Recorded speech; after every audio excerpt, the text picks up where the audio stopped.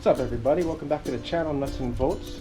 Today we're going over my Surron build from scratch. Here it is. Why did I build another Surron from scratch? Well, because I had so many parts from these two builds and a bunch of stock parts that I wasn't using. Also had a bunch of aftermarket parts that I wasn't using, so I figured buy a whole new frame and build it from scratch.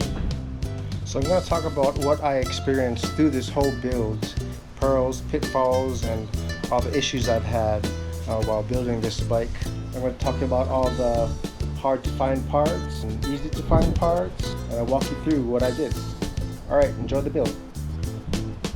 In my previous episodes, I showed you guys how I painted my bike for $80 and also how I painted the plastic pieces and doing it correctly. So go ahead and watch those videos if you want to see how I painted it.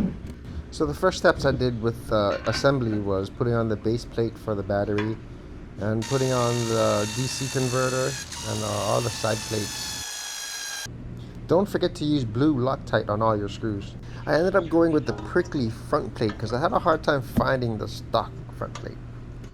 I'll be installing a back 8000 from GLE, so I have this bracket on upside down for the installation. This was much easier without the rear shock in the way.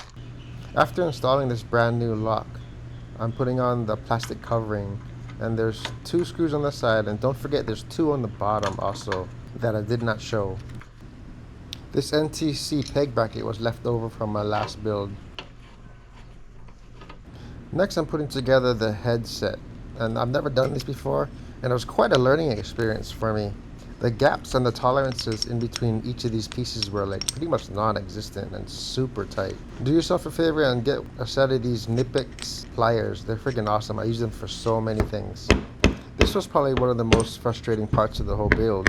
Trying to get this bearing holder all the way into the headset. It was just so tight. Tried to get a clamp to hold on one side while the hammer in the other side didn't quite work.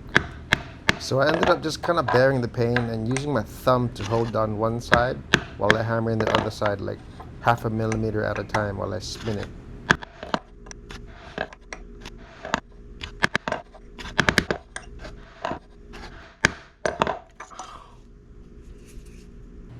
I ended up putting it directly on the concrete floor, which made it go a lot quicker.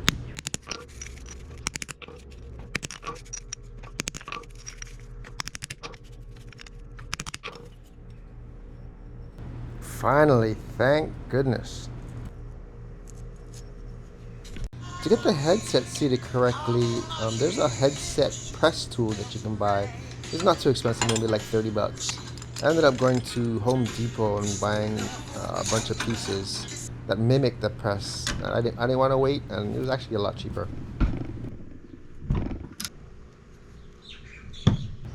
I had a set of 2020 Fox 40s in storage, and I figured I was gonna paint it to match the color scheme. I thought about powder coating it, but it was gonna be more expensive.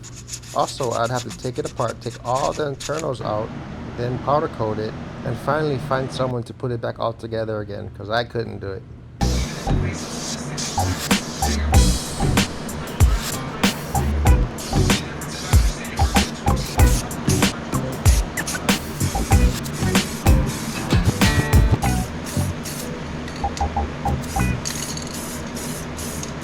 Next I decided to paint the motor, and I'm really glad I did. This was a good experience, and the hardest part was just the taping of it. If I were to do it all over again, I would paint the low spots a darker color to really make that silver stand out and pop. So this is the setup I'm using to paint my wheels. I got 2 jack stands covered up with Surron wrap to prevent any kind of paint staining. I got a wood rod going through the wheel, covered up where I didn't want to get painted.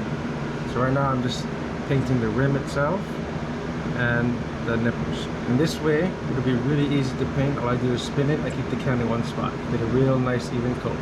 This is a real cost-effective way of painting your wheels if you want it to match your Surron. Especially if you know how to mount your tires correctly without scratching your wheels. On the next build, I'm going to take off all the spokes powder coat it and find somebody to relace and true the wheel.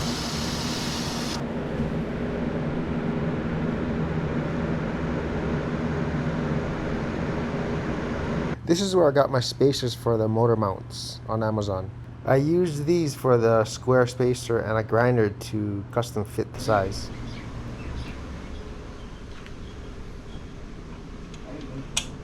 So this is how I get my swing arm on. And what I normally do is I get one side of the hose lined up first, and I'll use a straight edge. Right now I'm using this Allen wrench, and I'll just line up the hose nice and evenly.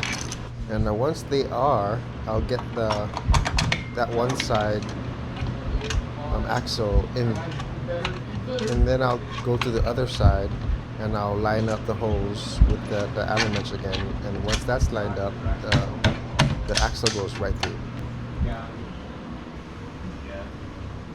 Getting the belt back on the sprocket shouldn't be too hard. These are the nylon washers that go in between the bolt and the triangle. And I had a hard time finding these, so what I use is some skinnier ones from Home Depot, and I ended up using 2 per side. So now's the time to put in my rear suspension with linkage. And what I usually do is I kind of turn it at an angle sideways to fit it in the triangle, and then I just spin it while I push it forward, and it usually goes in really easily. Next is the middle bolt,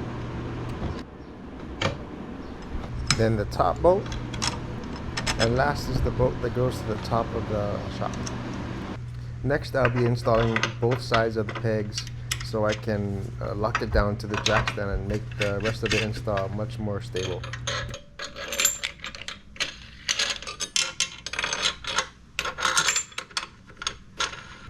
Here I'm greasing the headset bearing to get ready for the fork install.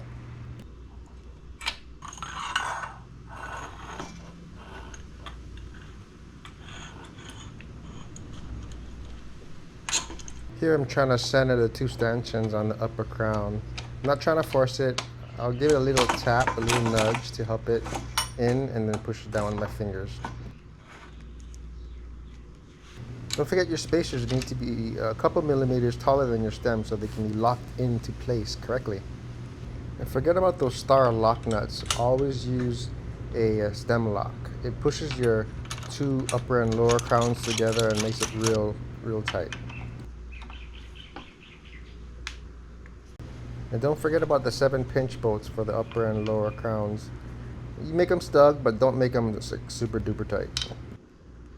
This is Grit Shift's direct stem mount with a 2-inch rise that I really like. I use them for all my bikes, 3 of my builds so far. These handlebars are from Ultracycle off of eBay, 3-inch rise, and they feel really sturdy. I'm not sure how strong they are, but there's not a lot of flex to them. So I saw an offer on Facebook for these Dominion Hayes A4s for $400 for both front and rear. So I had to jump on it. I knew it was a great deal, and when I got them, man, they are pretty awesome. I compared them to my Hope Tech 4 V4s, and they're pretty similar in braking power. The feel of the levers on your fingers is pretty awesome too, really comfortable. I'm really happy with them. This is just a stock throttle from Luna. I bought a couple extra ones and I figured I'd use it. I've had a couple of them go out on me already, but you know, they're easy to replace, so I figured I'll just use it. I put on blinker and headlight controls before putting on my grips. This is the wiring harness that I got from Luna Cycles. And the top part I just kind of thread underneath the tilt sensor bracket. So I'm putting on the back 8000 that I took off from my blue bike. I'm not going to go through all the wiring with you. There's lots of videos out there already.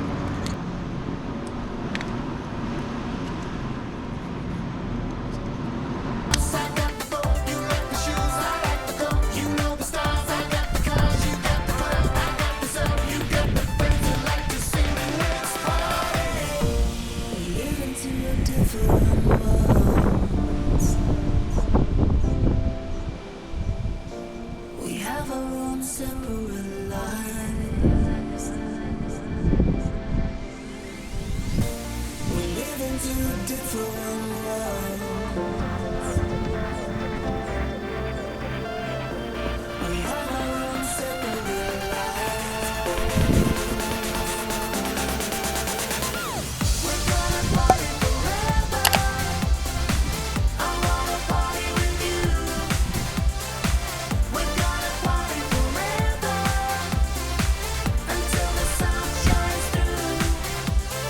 Alright folks, that's really it for the build. If you guys enjoyed it, stay tuned for more. There's going to be more videos coming up. Drop a like if you can. Consider subscribing, and I'll see you in the next one. Alright.